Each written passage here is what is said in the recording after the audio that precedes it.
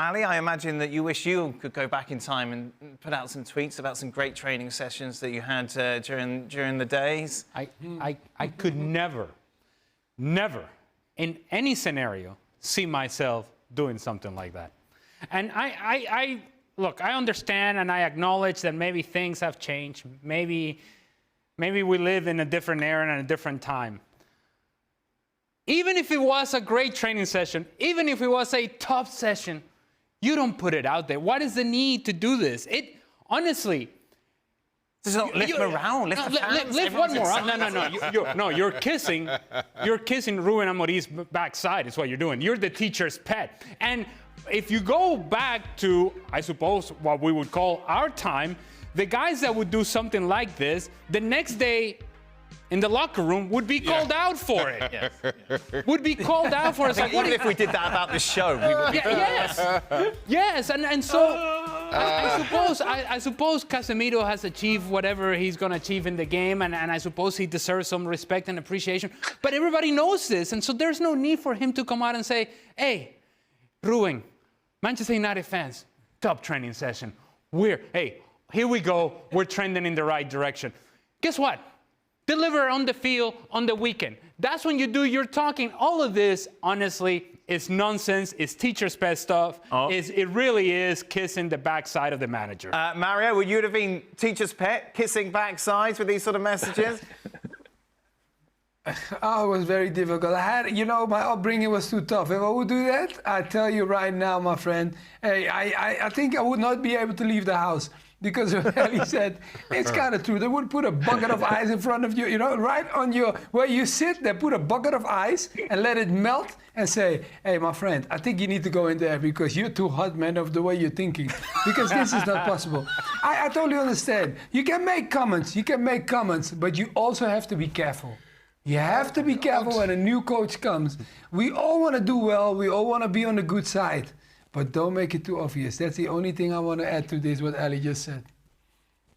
Listen, there's two things here. And I can hear people saying, oh, you all are old school, you all are dinosaurs. This is how players connect with their fans now. 57. This is... Is that how old you are, Shaq? No, it's not. Okay. All right. To my point. This is what fans are saying, that this is how players interact now. I don't get it. I don't see how this improves anybody's standing, either with their fan base or within the club. And to the point that both Ali and Mario are making, you could not do... I have not sat in a dressing room where this would be okay, where this would just kind of blow over, where you'd put that out and no, but you would get absolutely killed as a result. I have not sat in that dressing room. So while we're in a minority in that we've been involved in this game and understand dressing room and dressing room culture, I just don't see how this is okay. And I don't get any argument as to why this is a good idea. Jürgen, just going back, as you mentioned, of course, Amorim's first couple of days in charge. Just take us through how you would approach it. How are you garnering your information? Are you speaking to everybody you can? Are you speaking to senior players? Are you going through videos? How are you using your time between now and kick-off against Ipswich on Sunday? Well, I guess every manager has a little bit his own strategy to come into a new environment and do the first couple of days a certain way. I mean, I always try to kind of connect with the players. I mean, now it's an international break. A lot of players are not there, but just have a talk with each one of them as soon as you can. And it doesn't need to be a long talk, but 10, 15 minutes each to get a little bit to pick their brain, to get a little bit their thoughts, to understand them a little bit, how they go through that very difficult period of time at Man United over the last couple of years. And then you work your way through, and then boom, it's already the first game. And you hope that the players are all, obviously enthusiastic to do a reboot, a restart, and that they prove a point. And then you take it one day at a time. But I think communication is certainly key there, and that's what you focus on. It's not so much the tactical work or the physical work. It's really literally to kind of start to connect with everyone at the club, to sense a little bit the spirit the spirit that is around the locker room, that is around in the club, talking obviously then over time then to the people that are employed there, and get to know everybody. And it's a wonderful opportunity for Ruben Amorim. I think he can learn now every day going forward. He has done well with Sporting. He won two Portuguese titles. And he seems to be a very likable and approachable coach, manager. And so now it starts a new adventure for him. And obviously he will make some mistakes like everyone does. And you just wish him best of luck. But his first couple of weeks are really down to talk as much as you can to the people around you, get to know them, and then take it one game at a time. Jürgen, I'm interested in that 10, 15-minute conversation that you would have with each player. Obviously, you know what you want to hear. Are there things that would cause you to be concerned, like a red flag, for example, if a player comes out and says something? Well, I think that players nowadays are smart enough. They're not going backwards, and badmouth their previous manager that they have. Right. They will more or less, they will try to explain to you that how they kind of approach their life as a professional. What are their routines? What gives them confidence? What don't they like? And you try to figure out a little bit their brains. They won't open too much, because it's a first conversation there, and then obviously over time there will be many, many more conversations to go. In order to create continuity and trust, it sometimes takes years, and that's why I'm really excited about the decision of Pep Guardiola to stay another year or two at Man City, because he's trusted. Everybody knows what he built. Everybody knows what he's done until now. 8 years in that role with many, many titles. He was given the time. Obviously, he delivered, and that's what you wish every manager to come into a place, and especially a place like Man United now, which is still one of the biggest clubs in the world, and to put his stamp on this experience. And I hope he's given that time, and step by step they get the result that they wish for. Would you go into your meeting with a list, Ali? Now, this guy did this. I don't like this guy. No, this guy. No, but clear ideas, clear thoughts. Now, maybe not a list, but you know full well the things that do work and the things that don't work. Right. And actually, with a new manager, it's a clear opportunity to speak your mind. And it really depends on what is your standing as a player. If you are back of the bus sort of guy. Why you put a shackle? No. I'm just saying, if you're last, if you're last in line, you obviously don't say anything. You're still pointing at me, by the way. If you're front of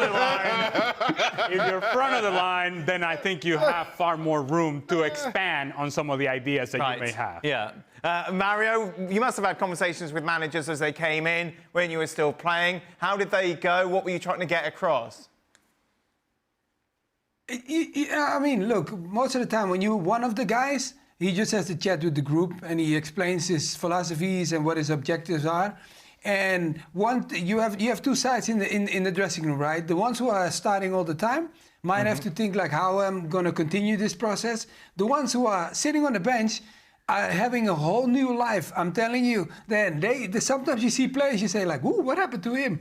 Because he knows if I run a little bit harder now, I might be part of the starting 11. Okay, that you have. But when I give an example, when I was captain at Wigan, the funniest part was ever happened to me was when Steve Bruce came and he asked me, Mario, what is the best team we have? And I looked at him, I said, are you being for real? You asking me? He said, yeah, come on, you're the captain. Can you help me make the team? And I said, Coach, come on. You just starting your first day. I cannot say to who's going to start. I can tell you who played the last game and we won. I told him that the last team that started the game and everything, he picked exactly those players and we won the next game. So clearly, I don't want to say I was a good manager. I think Jürgen would be the best to answer that question, but I know a little bit. I think that's exactly what you said. What I heard was that Mario should have been the manager. See, yes, I like it, the little clapping on the shoulder. Yeah, I think that's good, Mario. Jürgen, how much will he lean on his captain? Obviously, that's Bruno Fernandes and those senior players. Well, that's certainly key. I mean, you want to have the key players, especially the captain, on your side. You want to understand from him, what's going on and how can you now improve the situation. How can you make things the right way? With their key players. Mario is right. Things like that can also change the perspective of a lot of players that sit on the bench, are frustrated. They want to badly come in, and they hope now for good training sessions and prove a point. And I remember I was a fairly young kid, 20, 21, and we had a change of a coach in Stuttgart, and I didn't do so well the first part of the season, and he always said, if my strikers don't score, I want two more strikers. Every time I didn't score, he asked for another striker. And then it came the moment after 8-9 months in time, they let him go. And the interims coach was basically the assistant coach. And the next away game we played in Düsseldorf in the Bundesliga, and I exploded. I scored 5 goals in one game because I just felt like, the air has been cleared. I feel good again. The chemistry is such an important piece in football. When you have a dressing room, a locker room with 25, 30 top players. Now we talk about Man United; those are all international players from all over the place, and all different type of languages are spoken. It is not easy for a manager to keep that chemistry very positive, excited, everybody in the same boat. There are some conflicts, there are some arguments, there are some critical moments. And they will watch you. They will watch your body language on the bench. They will watch your comments that you make. They will watch your body language during training, your energy that you have. And you become a mirror picture, your team, of how you present yourself. And that's where the masters of today are Jurgen Klopp, Pep Guardiola, Carlo Ancelotti. They know that. They know that they're always under observation by their players and by the staff as well. So, I mean, it could go all the right direction if that chemistry suddenly starts to become very positive and supportive. And that's what you wish with a change of coach, without saying anything negative about the previous coach. Yeah, very quickly. You can have all these conversations with all these players currently at Manchester United. But if you're Ruben Amorim, you have to be very clear with yourself that there is a reason as to why I'm here. Yeah? There is a reason as to why there was a coaching change. And while some of that has to do with Erik ten Hag, a lot of that had to do with the players as well. So take in all the information, but make your own conclusions. Come to your own conclusions. Yeah, do your research, talk to the players, but in the end, know that those players were the ones that were not delivering on the field. So you're the one that has to make the decisions now. Unless you've got a Mario Malchiot in your team. Yes, and then listen to that guy. That's where you get your starting 11 from. But you know what? Hey, guys, wait. I will take Jurgen along, huh? I won't go on my own. Easy now. I will take Jurgen along. I won't go on my own. Jurgen, if I'm going in, you're coming with me. What about Xhaka? He's there. I'm back at the boss, apparently. I'm back at the boss. Xhaka's under the bus.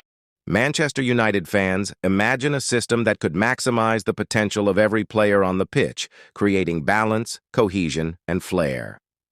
Enter Ruben Amorim's innovative 4-3-2-1 formation, an approach that turned Sporting Lisbon into a dominant force. Could Amorim's tactics be the key to unlocking Manchester United's potential? Today, we analyze how this setup would revolutionize the Red Devils, which players would thrive, and which might struggle to adapt. What is Ruben Amorim's 4-3-2-1? The 4-3-2-1, often called the Christmas tree formation, is about precision and balance. It starts with a solid back four, supported by a three-man midfield that provides a blend of defensive stability and progressive passing. In front of them, two advanced playmakers operate in the half spaces, creating overloads and linking play. At the tip of the system is a lone striker, tasked with finishing chances and pressing the opposition's defense. This setup prioritizes compactness in defense, quick transitions, and positional rotations in attack. Amorim's Sporting Lisbon demonstrated how this system can nullify opponents while allowing creativity to flourish. Manchester United has a deep and versatile squad, but some players are better suited for Amorim's system than others. Let's analyze the players who could thrive and those who might struggle. Players who could thrive under Amorim. Bruno Fernandes, the creative playmaker. Bruno Fernandes would be a natural fit as one of the advanced playmakers. His ability to find space in the half spaces, deliver pinpoint passes, and lead the press makes him the heartbeat of Amorim's system. Expect him to thrive with more freedom to dictate play. Rasmus Højlund, the complete striker. Amorim's lone striker needs to be a hard-working, physical presence capable of leading the press and finishing chances.